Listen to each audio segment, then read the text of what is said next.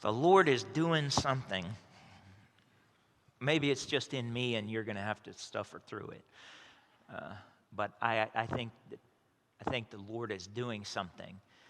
So I'm not sure exactly that I'm supposed to keep going here with this service or not, but I'm going to. And if the Lord decides differently, He'll let us know. Somehow it doesn't seem quite right, but let's see what happens. Because we're on the last of the deadly sins today.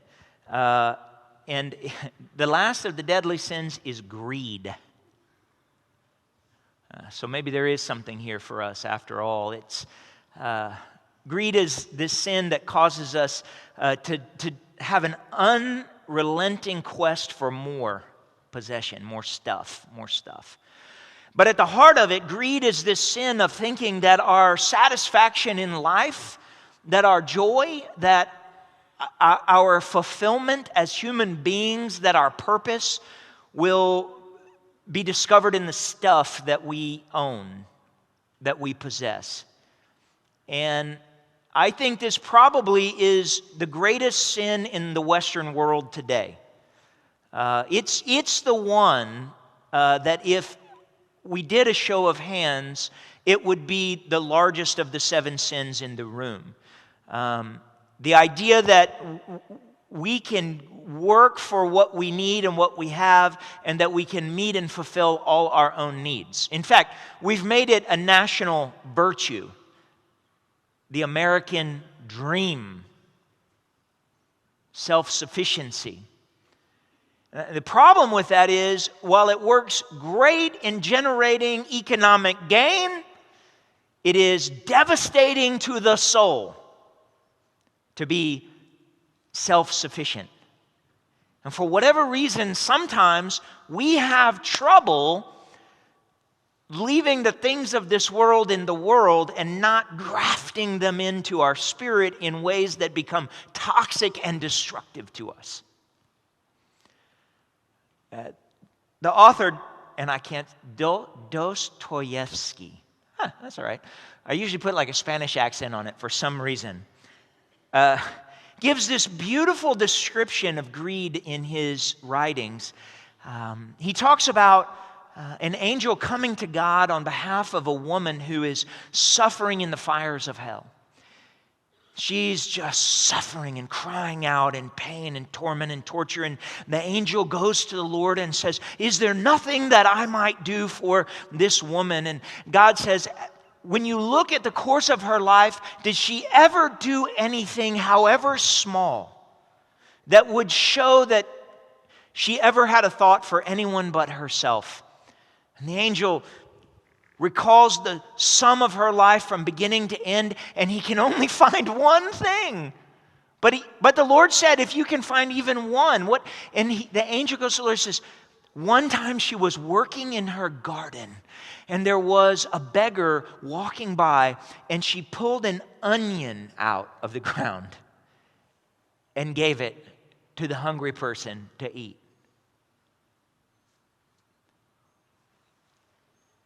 Can we work with that? And the Lord said, I tell you what, take that onion now and go down to the pits of hell and extend it out to her and let her take hold of it. And if you can pull her out by the onion, and the onion does not break in your hand, bring her to her reward in heaven. And so the angel, it's not much, but it's something. He takes that onion and goes, grab on, and lo and behold, she grabs on, and no problem, she starts to come right up out of the pit of hell. He thinks, this is going to work. And as she's just coming flying up out of the pit of the hell, all of a sudden, all these other, that tells us time no longer matters. Like many of my sermons. Other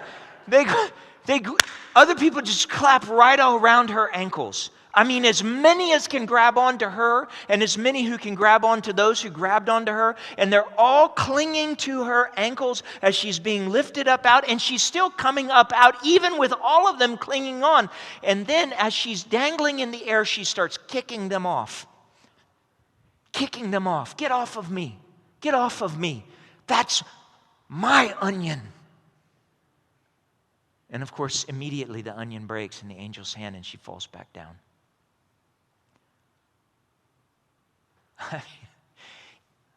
Is there a better analogy for the way greed works in our life?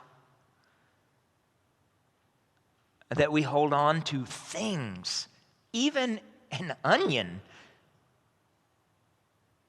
so tightly that we'll just lose our soul over it. What's wrong with us? In Luke's gospel, Jesus, in chapter 12, has some hard words. Beginning at verse 15, Jesus said, "Watch out. Be on guard against all kinds of greed. Life does not consist in an abundance of possessions." And then he told them a parable. "The ground of a certain rich man yielded an abundant harvest. And he thought to himself, 'What shall I do? I have no place to store my crops.' Then he said, 'This is what I'll do. I'll tear down my barns and build bigger ones. And there I will store my surplus grain. And I'll say to myself, you have plenty of grain laid up for many years. Take life easy, eat, drink, and be merry.' But God said to him, 'You fool. This very night your life will be demanded from you. Who then will get what you have prepared for yourself? This is how it will be with whoever stores up things for themselves, but is not rich towards God.'"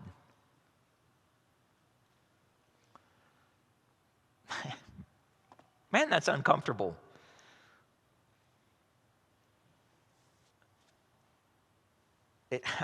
Even as I read it, I'm like, thinking about my 401k plan. I'm like, uh-oh. Maybe you're feeling some of the same pinch. Don't get me wrong, it's not that riches are evil, they're not. The Apostle Paul makes it very clear, it's not the riches that are evil, it's the love of riches that is evil. Jesus doesn't say having things is wrong. He says the wrong thing is if you worship them. And he says the truth is you can only worship one thing. You're either going to worship God or you're going to worship money. You're either going to love God or you're going to love your things. You can't do both. If you have a divided heart on this issue, it's over for you. Because even when you're suffering in the pit of hell, you still only have eyes for yourself. But somehow, from the man in the parable to all of us here in this place, because we actually can read this and, if we're honest, identify that was a good plan. This guy was a strategic planner. He was a financial planner that we would like to hire to manage our assets. What a brilliant idea, because we are moving, I would love to store up in barns so that I can enjoy my life more. But here's the lie that we just don't see in that. Store up as much as you want. You will not be any happier. And I can prove it to you.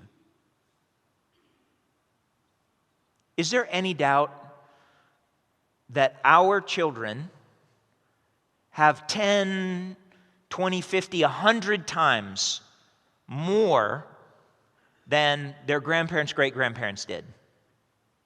Any question? Anybody want to argue that just kind of generationally in this country?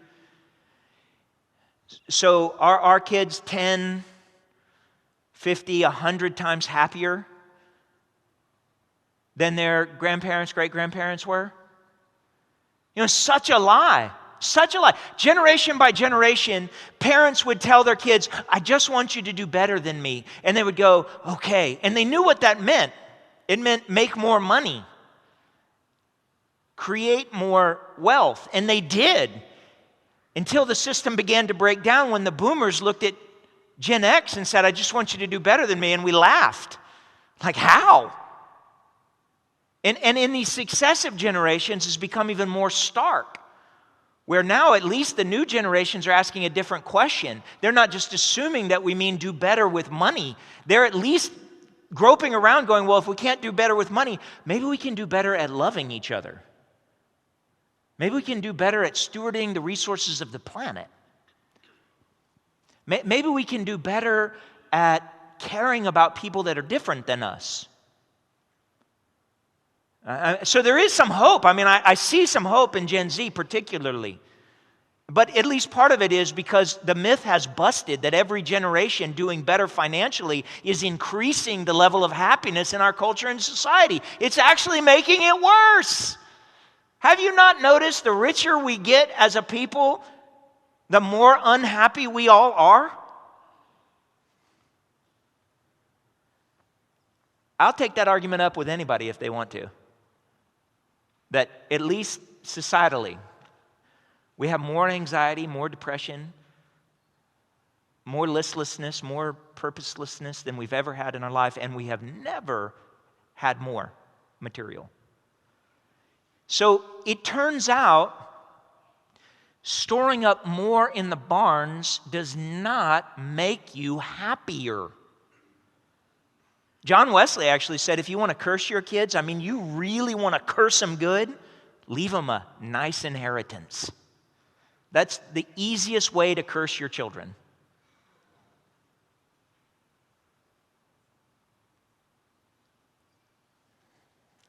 So, what do we do about all that, you and I?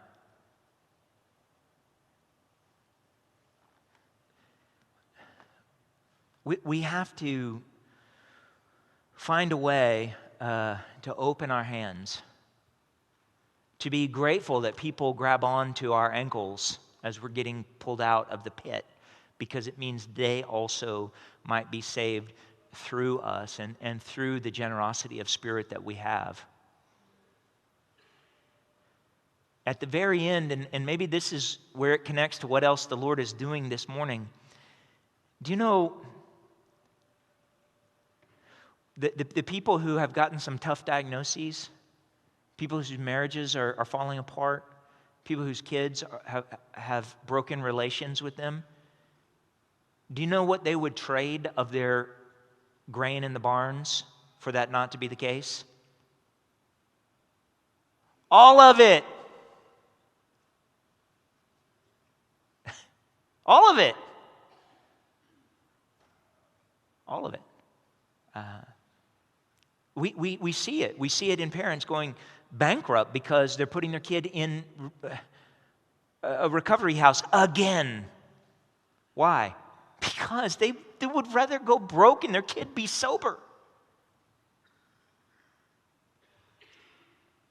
You would too.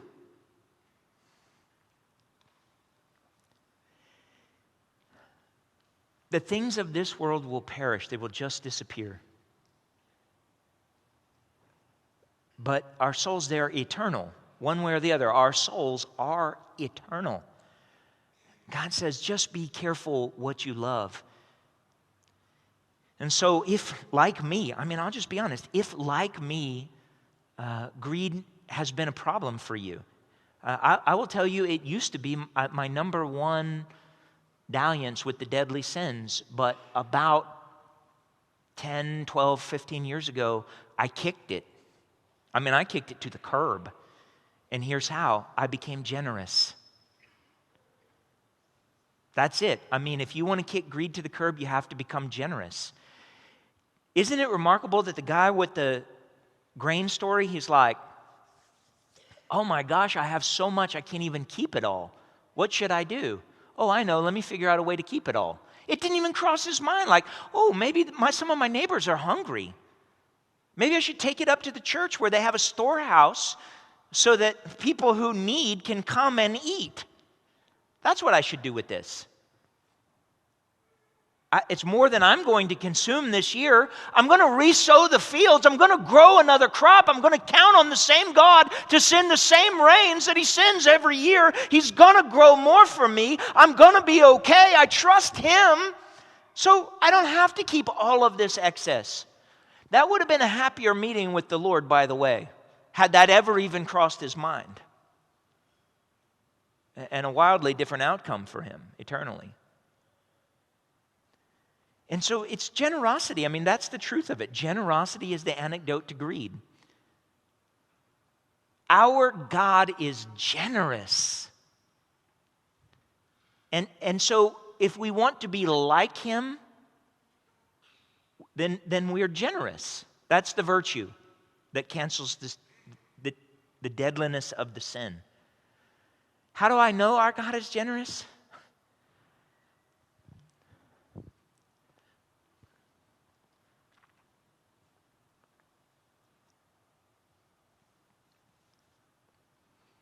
This is how I know God's generous.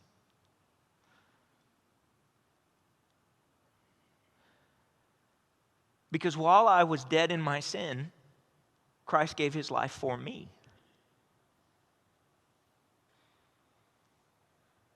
What do I think God's holding back? If he gives his only son, what do I think God is holding? Ours is a generous God. He gave unto death for me, for you, for all. That's how I know generosity is so vitally important to living a holy life. It's because God did not hold anything back.